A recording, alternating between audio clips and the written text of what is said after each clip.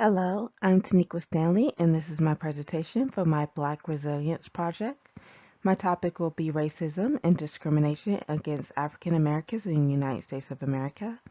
Racism and discrimination can be seen in many aspects of their lives, but we will be focusing on the topics of education, law enforcement, and workplace issues when it comes to treatment of African Americans. The first topic that I would like to touch upon is the relationship between law enforcement and African Americans. Discrimination toward blacks can be traced all the way back from slavery, when at that time police sole duty was to patrol black slaves and keep track of their movements. As we look at the present and the current state of the world, not much has changed in that aspect. It's just hidden beneath a thin veil of racial profiling and unjust vehicle stops, now coined as driving while black. As studies have shown, black people are more likely to be pulled over for traffic stops than any other race. The stop and frisk studies in 2006 to 2012 in New York showed that out of the number of blacks being pulled over compared to other races, blacks were the highest to be more likely to be frisked, searched, and have police force used against them, but less likely to have weapons or contrabands on them when being searched. Also, figures and statistics show that African Americans have a higher chance of being fatally shot in the USA, with the number skyrocketing and multiplying immensely with each and every year that passes. Education in the past was also taken from blacks as laws was enforced, making it illegal to teach slaves to read and write, with the fear that education and writings would encourage liberation for blacks. Thus, we look at the present, we see that now African Americans are allowed to go to school of any race, get degrees, and attend colleges. Blacks are taught at a young age that education is important because it affects our ability to get employment, to progress to career advancement, and to gain economic opportunities.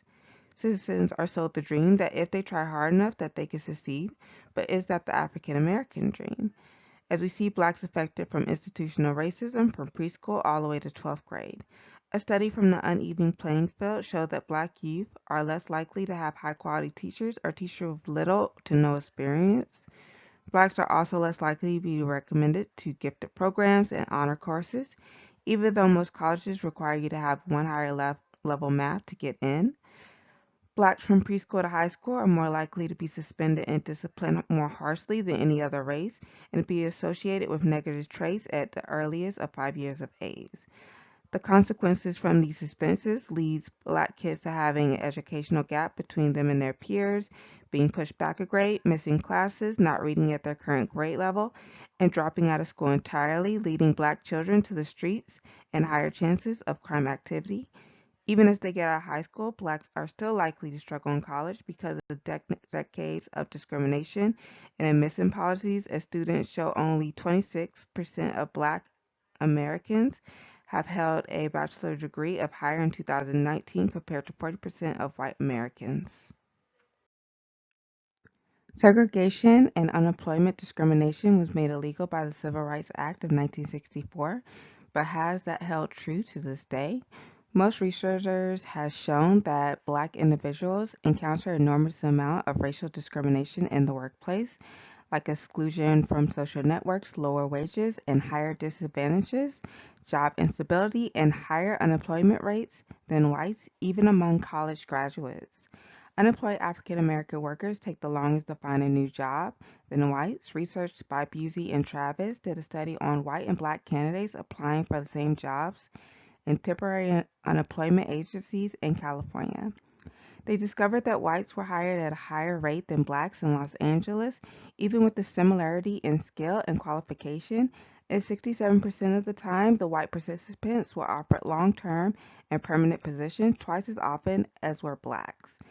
The problem with that is that it takes away the ability for an African American family to support themselves, to send their children to good colleges, and to put food on the table.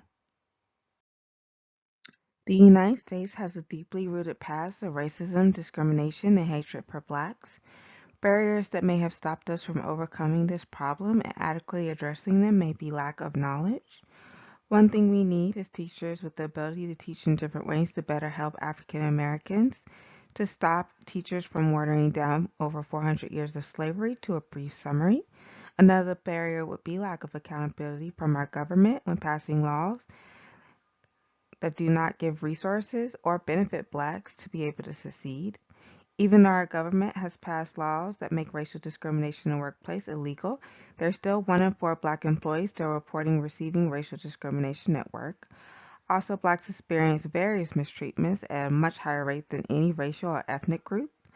We see it in our daily lives when we go to the store, to work, or even run-ins with the police.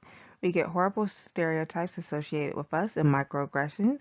Barriers could also include whites not wanting to admit there's a problem, to refuse to be educated on the subject because it would put them in the proverbial hot seat, and make them have to think of every microaggression that they have shown to an African American, the stereotypes they think that have been pushed on African Americans, and how they see blacks as a group and not as individuals. When talking about overcoming racial discrimination, education is a good place to start, like equipping teachers that teach young kids of other races to embrace different colors of skin and cultures. Strategies we could use is movements like the Black Lives Matter movement that pull people of all ages and races to march for the protection of blacks, to make sure movements like Black Lives Matter doesn't become a fad but an important cause for everyone. Blacks must put themselves in positions where they can make a real change, to show the resilience that our ancestors before us showed as they kept fighting for equality. Though we need allies with people of all races that can help push the African American agenda in places we cannot yet reach, we need our community to work together so blacks can thrive in the USA. Without the cooperation, there will be an underline of hostility and hate.